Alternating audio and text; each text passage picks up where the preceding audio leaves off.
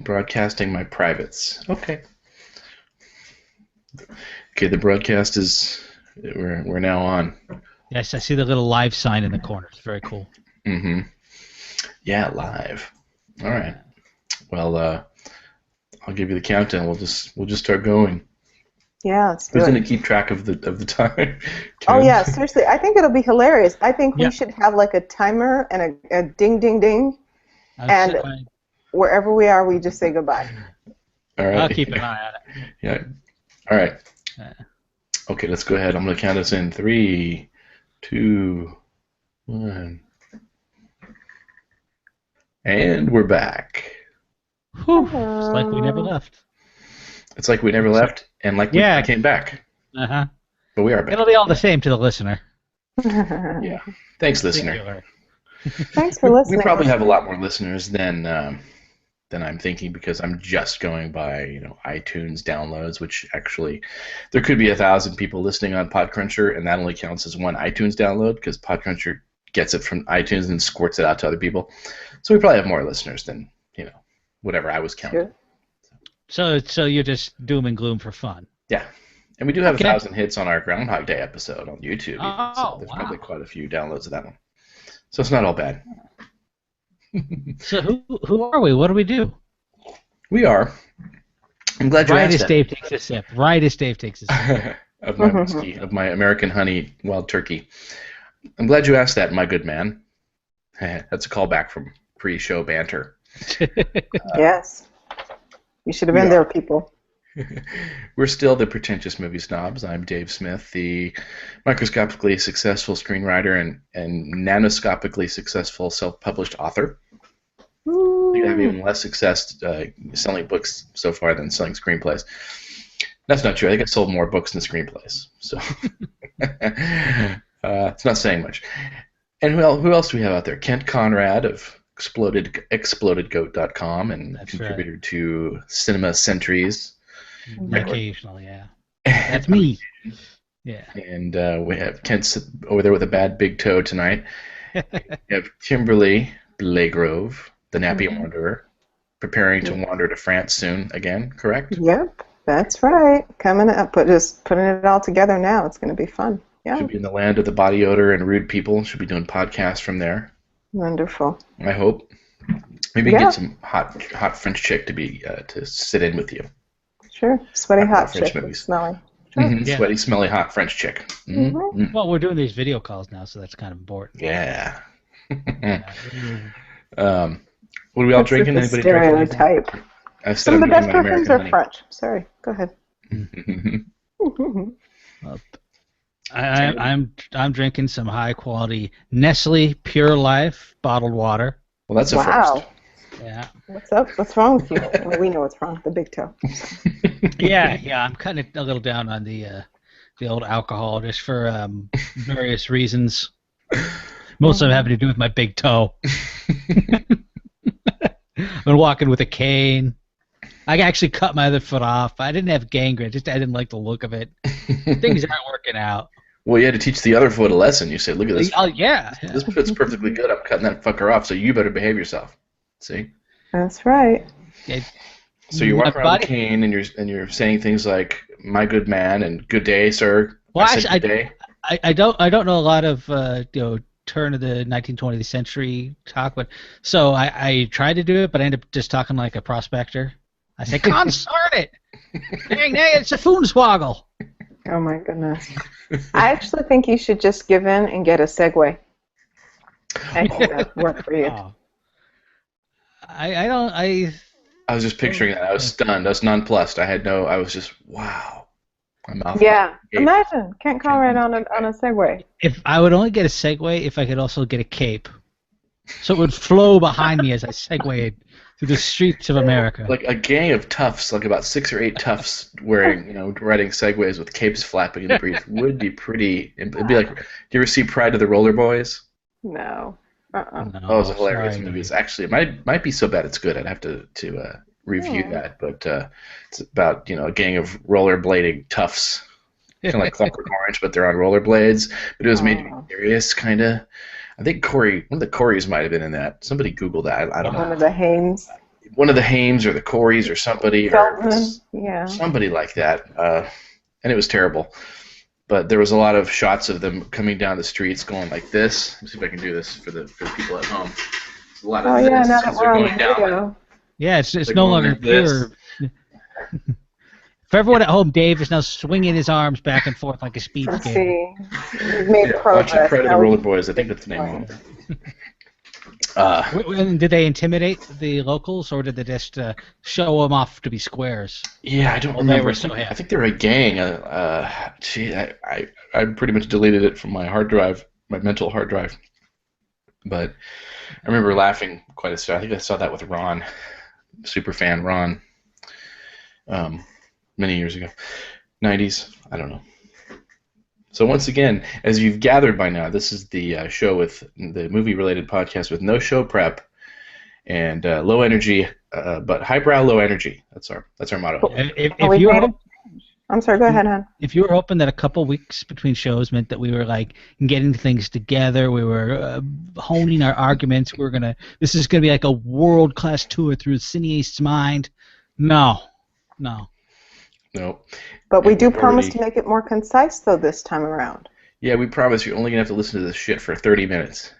And whatever we're doing at that mark or that point, we'll shut it down. Yeah, even if I'm in mid-sent, shut it off. Wow. That was impressive. Some people talk, Dave performs. Yeah, Okay, that's so- my sketch background. We're gonna be talking about the Truman Show. It's a retro review show tonight. But I also wanted to talk a little bit about Mickey Rooney, the passing of Mickey Rooney. I know it's old news because it happened like last week, but I had a few things to say about Mickey Rooney that will not be insightful or interesting at all. But hopefully we'll get a laugh. Yeah, I have at least one probably apocryphal Mickey Rooney story, so Oh, great. it'll work out great. Yeah, so we've got Mickey Rooney is dead, Mm-hmm. still dead. As far as we know. Lived a very long life. Yeah, he had, as they say, a good run. Mm-hmm.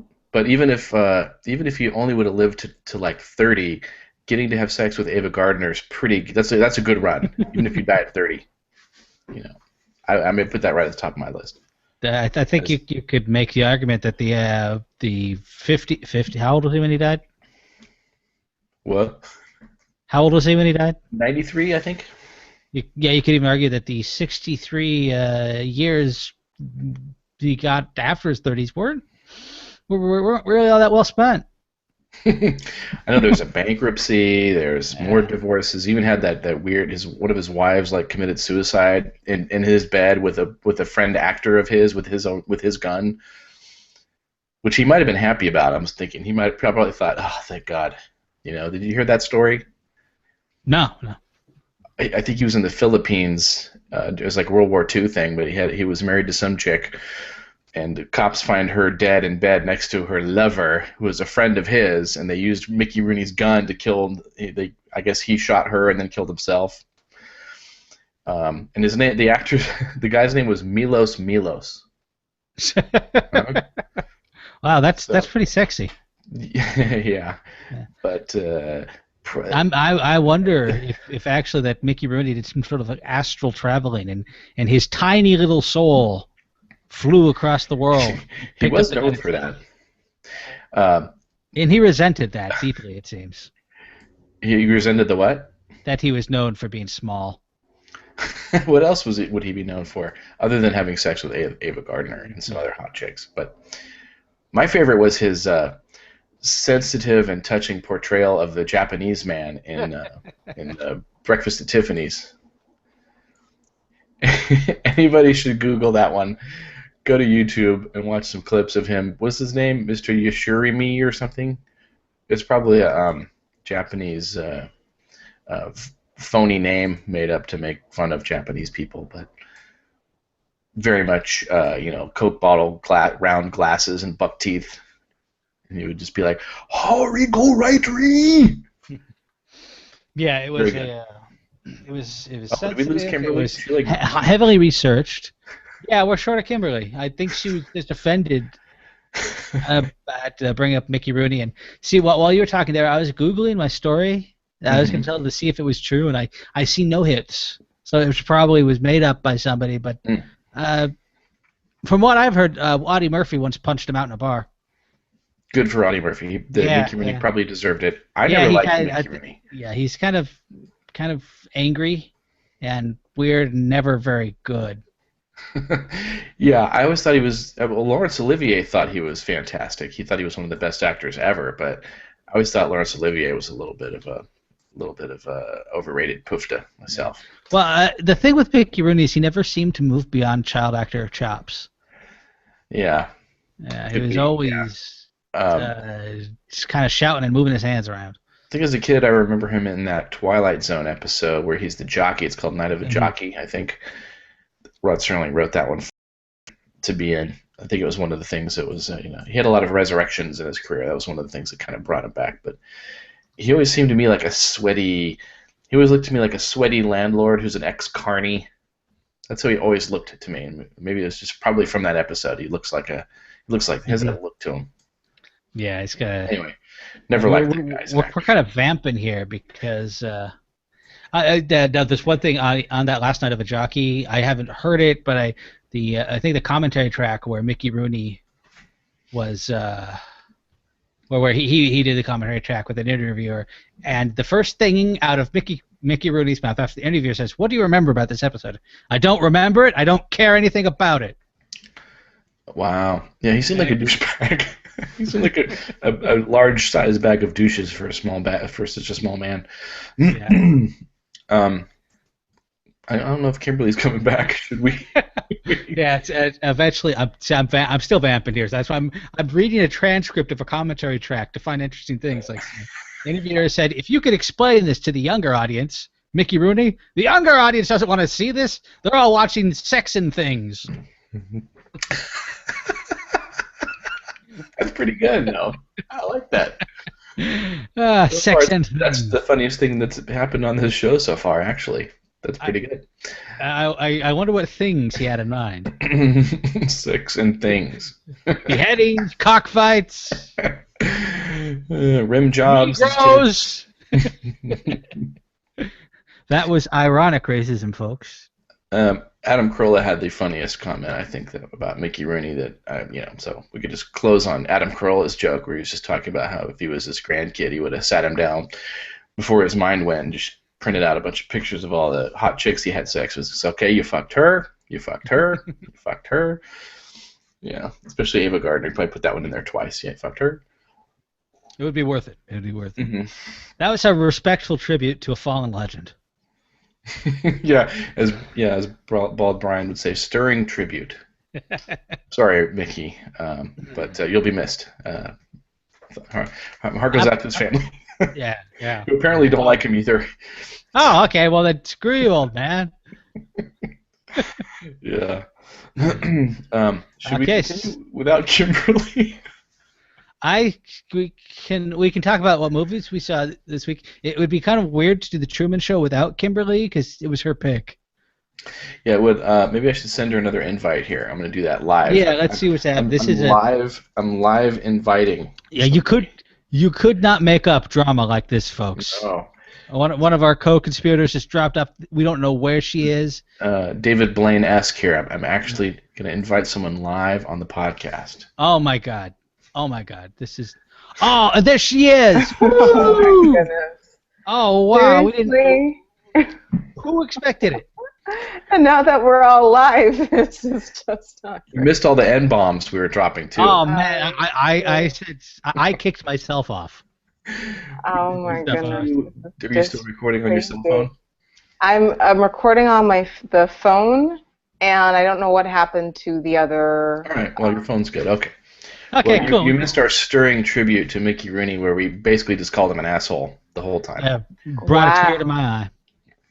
Tear to my eye. So we were down one Kimberly and one toe for a good portion of the podcast. Yeah. Oh my God. Okay, now we're back up. We're fine. We've got I'd say 29 good toes going. Mm-hmm, Maybe. Yeah. So I think the we're power set. play is over. We were just about to talk about what movies we might have seen before we get into talking about the Truman Show. Thank you very much, people. Yeah. The Truman Show is what we're going to be talking about. I think I said that already. But oh my goodness. But people might be just tuning in. Yeah. Podcast work. They might be used to how we roll. Yeah. Yeah. All right. So, Kimmy. So I watched. I don't know if I mentioned to you guys. I don't remember when I last talked to you guys. Frailty. Did I mention I saw that? Oh, yeah, Ooh, Frailty. good one. Yeah, I With like that one. Bill Paxton and Directed by Matthew Bill Paxton. McConaughey. And, yeah. Not Yeah. bad, and he directed and acted in it. Yeah. Yeah. Mm-hmm. Yeah, that's a good one that we definitely don't want to do any spoiling on that one. Yeah, I won't. got a I won't great talk ending. about how they all died in the end. I won't. Mm-hmm. But Aw. it's interesting. The thing is, and I won't say anything. Maybe this is something we can discuss. The movie could only have one ending, that surprise ending, because of the way that they set it up. So, in a sense, it's a good movie. But if they didn't end it the way that they didn't, it wouldn't have made any sense, I think. So in that sense, I'm a little like, okay, I wish there was a way that they could have done it where I didn't know this had to be the ending because there was no other way for them to do this. How far ahead did you know? I think I knew too, but not only till it was dawning on me just before. Like, oh wow. From the very beginning, and I know I don't want to give away anything because I don't know if you, and again, people who haven't seen the movie, or it's not going to make any sense to them, so it's okay. The very beginning when he reaches his hand out to shake the man's hand, and he doesn't shake it. Mm-hmm. And then I think there's another scene where he's supposed to put his head into the seat, into the police car, and he's like, no, I'm good. Or he can put his, what is it? Put his, what are those, handcuffs on? He does it himself, and then he's about to push his head so he can go and sit down in the back of the car, and he's like, I got it. And those were like, it was like, yeah, I know where this is going. So unfortunately, that was the only thing. I knew the ending, but it was still very well done. I think Bill Paxton is a great director. I think he's a great actor too, and I loved him in Simple Plan, which I know was one of Casey's favorite movies. Absolutely, yeah. We talked about that several shows ago. Yeah, and I will say that actually I think the ending would have been better if there was a little more ambiguity in it. If we weren't like thinking, well, maybe or maybe not, it would have been, I think, a little easier. I think it would have, for me, it would have resonated a little more with me. But I think it's still a great movie. Yeah. Cool. I think I watched something, but I can't remember now. So Kent, why don't you go? That's a great story, man. Okay, it's been a couple weeks. First, I've been continuing my James Bond watching. I've saw the second one, whose title just jumped from Russia with Love. Liked it a heck of a lot better than Dr. No. Yeah, It had more style. It had double the budget and looks like it has double the budget. So it's a lot of fun. So I'm starting to get into this James Bond stuff now. Yeah, some very early actual depictions of martial arts in films too. There's some karate moves in there, I think, that were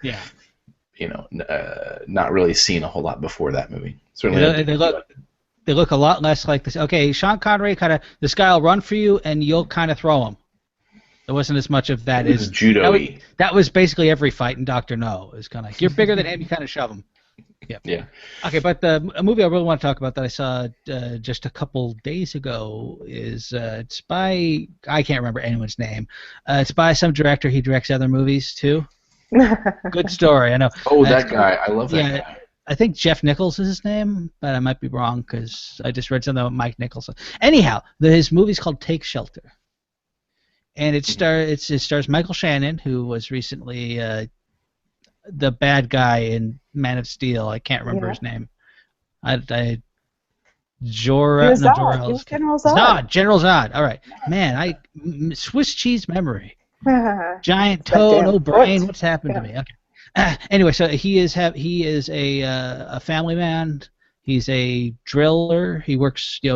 He's kind of a blue-collar management sort of guy, or manages a crew. He drills, and he's having these really vivid nightmares of these weird rains and kind of storms coming and tornadoes and people attacking him and his daughter in their car.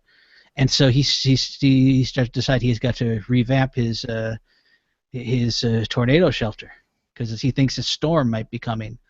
Or might he just be showing latent signs of the same schizophrenia that drove his mother into a madhouse? Very interesting. The movie is interesting. It Now, having seen Frailties, this is a movie that really maintains ambiguity as it goes through. Nice. And how did you like that? I thought it was very interesting. It had a lot of impact. It is not. It doesn't end with any easy answers. It doesn't wrap everything up. You still can have questions at the end. So it's not the sort of movie where you're going to come out knowing exactly maybe what was intended. But it's almost like a horror movie in that way. Though there's nothing like scary. There's nothing gory. But it's just this kind of growing sense of you've really kind of identified with the guy, and you're starting to get the feeling that these might not be the prophetic dreams that every single movie about this sort of thing would be. He might be going nuts and destroying his family in the meantime. It's a really interesting movie. The fellow who directed it also directed Mud from a year or two ago, starring Matthew McConaughey and also Michael Shannon. He's an interesting director. It was an interesting movie. So I recommend Take Shelter. Smith, I want to see it. Yeah. Do you remember what you wanted to talk about? I remember. Excuse me. I saw Jodorowsky's Dune. I think I mentioned that to you, Ken. I was hoping you'd remember before I did, but I did. Alejandro Jodorowsky. Anybody know this man's name? Mexican filmmaker. Holy Mountain, El Topo. Yeah, The Holy Mountain and El Topo are probably his most notable movies. I think he's in a few others, but he did. Yeah, The Holy Mountain's very interesting. Highly recommend that one. It's very David Lynch-esque. Doesn't make a whole lot of sense, but a lot of great visual stimuli going on there. Interesting ideas, well photographed, holds your interest really well. But anyway, back in, I think it was after El Topo, or was it right after Holy Mountain, he kind of had a little cachet, and I think his agent was saying, what would you like to do next? And he said, I want to do Dune. Even though he hadn't read it, he just heard it was good, so he just said, I want to do Dune. He had no idea what it was, but he heard it was good, and then he should want to do it. So they said, okay. So they ended up, I guess, securing some rights to it, and they worked on it for like a year. He assembled a team of the documentary is really fun. This guy, he's very gregarious. He's like he's maybe 80 years old or something, and he's a pill. This guy. And the way he tells the story is about these fortuitous meetings with the actors they wanted to cast. Like he wanted Mick Jagger in it, he wanted Orson Welles in it, and he wanted, and they just come across these people and say, "We need you to play so and so," and they're like, "Okay, I'll do it." And so it was coming together. And he actually has this book. It's about this thick, probably 6 inches thick, of storyboards and detailed camera movements and everything laid out. So you could actually visually watch this movie and read it and see it in your mind. And he got H.R. Giger on it with Dan O'Bannon and some other notable artists who are like futurists and stuff, and they were working on it. And then once they got to the stage where they're going to start building sets, the studio got scared of him. They're like, we don't like him. We think he's a freako, and we don't want to do it with him. We'll do it with someone else. But he said, "Fuck that," everybody. So it just died. It went away.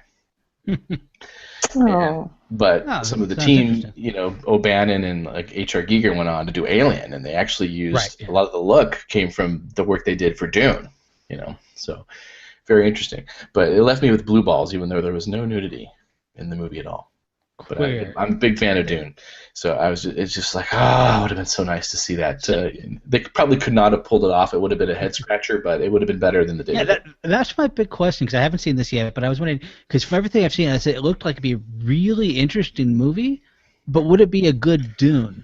Probably not. But it probably would be better than the Dune that we got from David Lynch, which was, I think, was really a bunch of scared executive producers that really made that movie. And why does it seems to do that? Okay, we have this real interesting director. We want his unique vision, but by God, don't let him make any decisions. No. Yeah.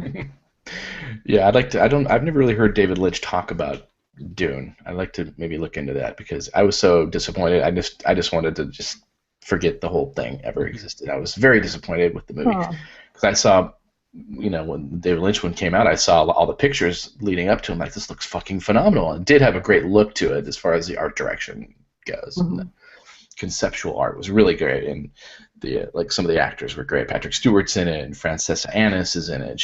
They're great, and but it just fucking went off the rails. It got worse and worse as it went on. But so. Recommend the documentary, especially if you're a Dune fan. You can't, you won't be disappointed there. Okay. So We have like 5 minutes left. we have 5 minutes on the topic of today's podcast. Let's just keep talking about Dune.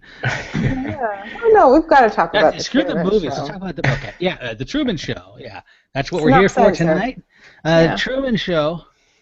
Truman Burbank.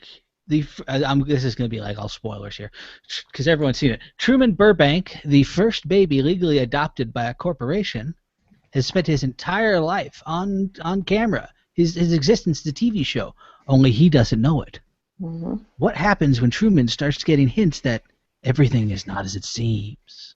Dum, dum, dum. Yeah, so that's Well done. yeah, that's like the log line version of the synopsis. I think you might get nominated for a Potty Award just for that that synopsis. That was on the gonna submit fly your name. too. That was I'm on gonna the submit your fly. name. Yeah. Okay. So this is Kimmy's movie, which means she gets to talk last. Aw. So I saw this movie when it was in theaters the first time. It was I actually that summer I read a book recently about the summer of '98. That was the summer I got out of high school, and apparently Somebody wrote a book about the summer of '98. Yeah, about it was kind of it was Peter Bart. It was kind of an overview of the movie business, using that as a snapshot of how things were changing, how there's a lot more co-financing of projects, and how a movie like The Truman Show was really unlikely to have been made. Mm-hmm. And I a buy lot that. of the people at the studio didn't like it, and what they did. I forget the name of the executive producer who did this. What he would do is he would take individual journalists, people that he knew, and he would screen the movie just for them, and say that if you hate it, please don't tell anyone until it comes out. If you love it, tell everyone right now. Try and build kind of word of mouth, and it was very successful when it came out. Mm-hmm. I like it pretty well. That's it? Yeah, no. The movie actually has a lot of themes that are worth talking about. Yeah. And it sells it was sold a little as it had Jim Carrey, so they had to try and sell it as a comedy, and it's really not. It's funny you say that. Yeah. What would you classify it as? I mean, it's a dark comedy, if anything, and I was like, it's not presented as a comedy. I would say satire, but I'm not sure what satire means. Even when people use satire and explain it, I still don't know what it means. But I think that one of the things is I think it's a decent performance by Jim Carrey. Oh yeah. I think it could have been better with somebody else, just because a lot of scenes were shot a little bit like it's like you could see certain things shot for the trailer, like the one scene when he first meets his wife and he's sitting, his ass is filling the entire screen. Mm-hmm. It's kind of funny, but it I don't know how well it fits the story, and it looks like I'm shooting this so we can put it in the trailer, and people are going to think this is going to be an ass talking movie. Mm-hmm. I hear you. Well, this was when he was at his peak, I mean. Yeah, absolutely. So so he probably sold the movie. I guess that's why they would have used him during this time. It was he was interested in it, and actually when he was signed, he kind of rescued it from becoming a little more conventional, because he and Peter Weir both wanted to go back to the original draft written by Andrew Niccol. I think he also wrote and directed Gattaca. Yeah. And then a bunch of not very great movies in the aughts. Dave, what do you have to say about the Truman Show? Yeah, very watchable and enjoyable movie. I think I'm a little on Kent's side, with probably would have been even better if Jim Carrey wasn't in. He's a little distracting and maybe slightly miscast, but not badly miscast. He's good. He's a likable character. I wonder, you were saying that studios didn't like it. They're probably looking at the Ed Harris character, thinking he's aping us. Mm-hmm. Like here's a joke for you. What's the difference between God and a TV producer? What's the difference? Well, God knows he's not a TV producer. I reworked that joke from The Doctor. I like that. Yeah. Ed Harris. I hate Ed Harris in this movie, but that's good, because he's supposed to be. Yeah. He does a great job making me hate him, and so awful and self-righteous and smarmy and affected and self-important. And he's really good at that. With the one name, Christoph. Yeah, he has to have been. He has to. I want to know if he based that on a particular person that he an industry person. He has to have. It's too good. Probably. Yeah, that would make sense. I think that character wasn't in early drafts. Look at me, all behind the scenes guy. But it wasn't in early drafts. Yeah, But I think that was Peter he's the Weir. producer, creator of the show, who's sort of like a weird father figure to Yeah. And a he god. doesn't Yeah. know about it. You know, he thinks his father was dead because it was written in the show that way. The show that is his life. Everybody, you know, well, we were saying it's a prophetic show. Obviously, it's reality TV. Mm-hmm. It became so big. Actually, Albert Brooks, I think, beat this movie by a couple decades. So with Real Life, you know, he did a show. He did a movie where he was following his family around, but he starts trying to affect their lives to get more drama for his movie. Mm-hmm. You know? And I think the absolute best, the biggest commentary in this movie on the whole notion of these types of shows, where you're really exploiting the shit out of people, and then at the very end it's done, and people are just like, "What else is on?" Exactly. Genius. That's one of my favorite. Gone. They don't give a shit. Yeah. Even 8 seconds later. I think with this movie, that's where little bits like that work the best. Oh, and yeah. in the scene where he's driving through town and he picks up the broadcast. Mm-hmm. And where they have these kind of little, really eerie, paranoid. The thing about the not watching the accident eerie, that's a satire thing, but the sort of paranoid thing where he doesn't know what's going on, and it opens with that terrific scene with the light falling out of the sky. Mm-hmm. Yeah. Oh, so there's great. a lot of good stuff there, but it leaves me with some interesting questions and then some curious questions. Like, I can't tell how good an episode of the Truman Show would be, because people are enthralled with it. But what are they really watching? Because in reality shows, the way they're done, everything's really fake anyway. They gin up drama. Yeah. But if it's on 24 hours a day. And they aren't throwing horrible stuff at him. They're basically telling him not to do anything dangerous. Well, which is funny too. Which is, I think, part of the theme of the movie. It's a very pro liberty movie, and liberty doesn't go hand in hand with safety necessarily.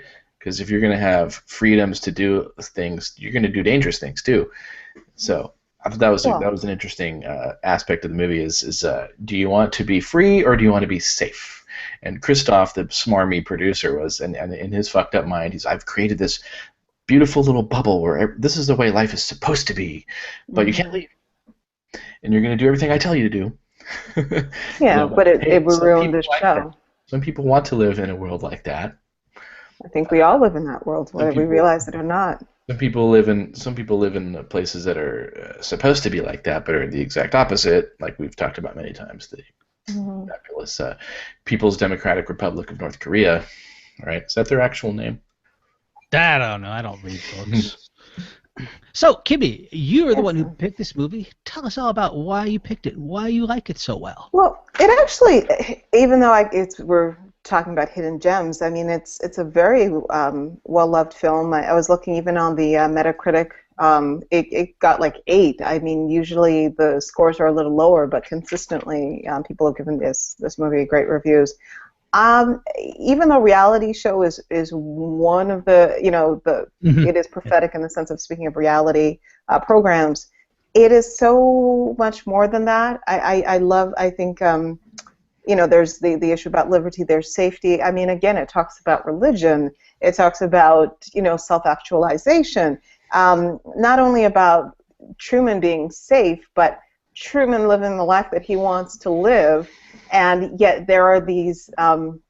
It kind of makes fun of the world that we live in, and the common themes that the trappings that we've created for ourselves. Like Truman wants to travel the world, but he's got to wait for that big bonus, or they're waiting to have kids. I mean, and not that kids can limit us in some ways, but there are these typical, marks in our lives that we kind of just make our world like that. Make our world. I don't know why I'm just stumbling right now. But again, the job. It's like they kept telling him, "Oh, you're gonna, you've got to get your sales up." But it's just all a lie. And to me, it just is very spiritual without being pedantic at the same time. And that whole theme of like he goes to the end of the ocean and it like pierces the scenery, and then he is walking up into the clouds and he hears, God speaking or Christoph, and he's like, and what was awful was when he was like striking the lightning on him, saying, he's free to go if he ever wanted to go, if he really wanted to, he could, but yet there he is willing to kill him off, his creation, as opposed to him going free. And it's just interesting, the limitations we put on ourselves, the norms, the bonus, the mortgage, all these things. I love the product placement. I love the best friend who would always come with the beer in hand. Yeah, that was really great. That was what we'd call texture. A lot of good texture to me in that. And then the wife, which was, I think, one of her earlier roles, Laura Linney, again, and that's also a very big thing. I don't know if product placement was as big as it is now, but definitely, I just love how they make fun of the whole thing. And again, the repetitiveness of life, where every day the same thing happens, and sometimes we don't realize we're in a cycle or we're in a rut until something shocks us out of the norm. And I think those were the things that really, really just grabbed me. And I love it how it had so many layers and textures, but I think it was done in a way that was entertaining. I don't think it was too preachy. I think it made fun of a lot of people. Like you said, Christoph was probably some exec, and I think it makes fun of religion to some degree. I've got a counterpoint to that, because I thought this was a subtle little thing that I don't know if it's that subtle, but at the spoilers at the very end, when Truman is at the door, and Christoph is telling him, you can't go, it's all horrible out there, and he's there making the decision, and then when they cut to the I cannot remember. Good God, I don't know anyone's name. If we did this a week ago, I'd know. The woman who he really loved, the one who he was always trying to recreate. Yeah. She is sitting at her television and she prays while he's there. She says, "Please, God." And so it's kind of like, is Truman going to follow the false God or maybe a higher power? There you go. To go out. Yeah, I was saying there that you never had a camera in my mind or in my head. Yeah. I love that line. Like what you were saying earlier, Kimmy, about how the job got in his way from doing everything he was going to do. I mean, that was all. It was all planted by Christoph, the phony god. But that is actually a mimic of real life. We all do have those barriers that pop up, which is funny because he's supposed to be creating this perfect life, but he ends up creating one that's very much like the outside world. Well, throwing up barriers to your dreams. And I think it's making fun of our world for that particular reason. And the irrational fears, and again, we place these limitations on ourselves, and he's wanting to go somewhere new, and he's like Fiji, and yet at the same time, because his father drowned, he can't move past, he can't move beyond that. And again, that was all intentional. But again, it's just all these fears, all these limitations that we put upon ourselves, and how we just get kind of trapped in a comfort zone. And again, this was self-imposed because, again, that kept him in the world. If he started to question things, then the whole world kind of fell apart. And as a result, I love the line where they're interviewing Christoph, and it's like, we know how fiercely you guard your privacy. That's one of my favorite lines. It's it's like, so hypocritical. And then the one thing that I thought was great about it as well was, I already said that, the repetitives. It was just seamless. I thought that with all the themes that they had, it was done very effectively. I don't think anything, and I would say this is probably one of Jim Carrey's best performances before he got way too annoying. Like, right now, I don't think you could have done this movie with him. I think he's something grating about his personality. But I think this is probably one of the best things he's ever done, and probably ever will do. Hopefully, he'll do something else, but definitely one of his best works. Yeah, and it makes us question our existence. And again, I think to me, it's very deep in the sense that we question our existence because, again, we probably, everybody who's listening, we do the same thing and we get very comfortable in our routine, and this is your opportunity to kind of do something new and shake things up and create a new world for ourselves, and I found that to be very inspiring. Yeah. Well, it's good. See, that's good. You were focusing on that, and you got that out of it, and I was focusing more on the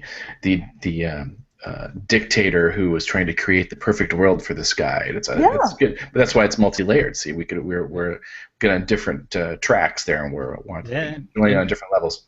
and I kind of like looking at it from the sort of the paranoid, uncomfortable, everyone's looking at you angle, and from the angle of trying to ruin Kimmy's day Oh. by poking holes and finding bad things about it. You can poke holes in it.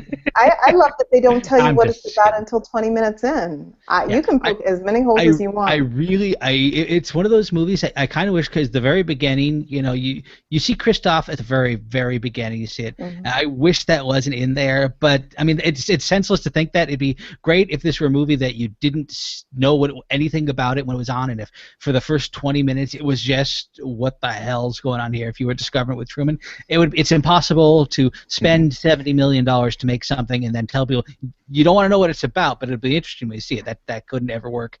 That's a hope for a unrealistic ideal world. But Yeah. we're getting ready to close up, I think. Yeah.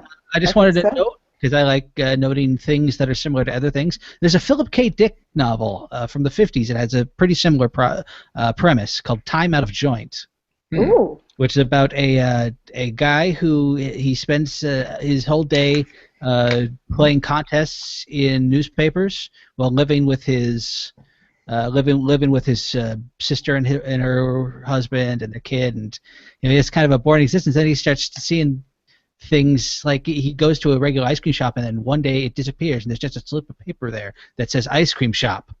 It plays with some similar themes. There's almost no reason to think that Andrew Niccol had read that. It's one of the more obscure Philip K. Dick books, but Time Out of Joint. It's pretty interesting. It's a full-length novel. Yeah, but full-length 50s novel, about 60,000 words. So. Okay. Yeah, that's about the same number of words as my book, Whiskey Tango. There you Whiskey go. Tango. Hey, I heard that's a whole nother kind of spy novel. It is a whole other kind of spy novel, and if you want to know what would happen if Larry the Cable Guy suddenly got superpowers, then you want to read my book, Whiskey Tango. Go buy it or get a free sample.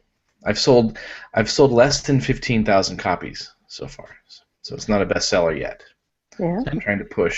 I need a few more to get to 15,000. There's our product placement right there. Absolutely, we are the Truman Show.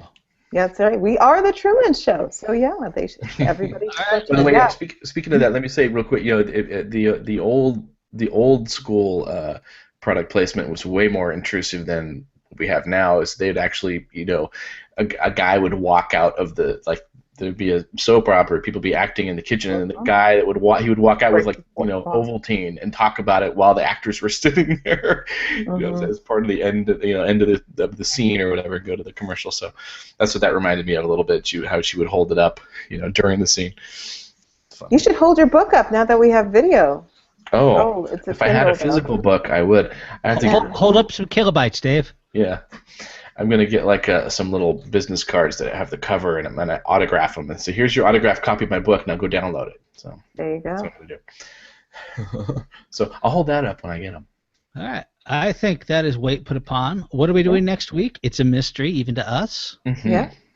Yeah. So stay tuned. You have to come back. Yeah. It's just is it even going to be next week? Who knows? We're crazy. Oh, we're crazy like that. We like to keep you guys guessing. All right, so we are the Pretentious Movie Snobs, Dave Smith, Kent Conrad, Kimberly Grove, saying good night, and if you're listening to this at night. Good night. Good night. Holla. Oh, my. All right. All right, we out. Cool.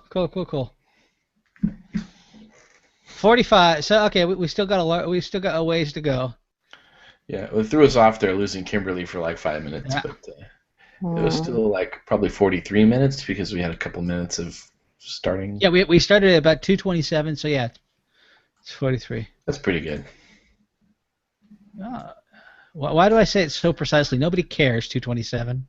Yeah, about 2 minutes. That would have been. God damn, everyone hates you, Conrad. Go to hell, man. Go to hell. You big fat toe. I know. It's like I'm out of here, man. Oh. This is I'm gonna go watch Mad pissing me Men. off. Do you get AMC or do you get it on Amazon? I buy it, so I watch it the next day. I Okay. buy it on the Amazon. All right. Well, my stuff is saving right now, so it'll. I'm exporting right now. I don't know where the first thing is, so I'm just gonna save the iPhone version and send it over to you. Okay. Yeah, to send it's like an M4A video file. Hopefully, you'll be able to email it to me or I'll figure it out. whatever. Share it, or you might have to plug in and pull it out of your iTunes. But Yeah, I don't it's too know. big. That's a pain. I'll But all figure it things are out. pain, really. That's what life's all about. Life is suffering. There you are. I'll figure it out and I'll get it over to you. Alrighty. All right. So we'll Fun is figure out over. what we're gonna do next week. Anything new come out that we think want to on it. see? Yeah. I things are pretty dire. I think Captain America is the only one I'd want, but it's been a couple weeks. I don't know if that means anything to anyone anymore. All right. It's Well, been out for a couple weeks. Yeah. I didn't even know it was out already. That's so sad. Yeah. I mean, I want to see it anyways. But if we don't want to, we want to find something else. I don't know. I'm just babbling now. Yeah, I'm tired too. Let's think on it in we'll figure it out email. later. Yeah, we'll figure it out later. All right. See All y'all. right. Bye. All right, guys. Have a good night. Thanks. Bye. Bye. Bye.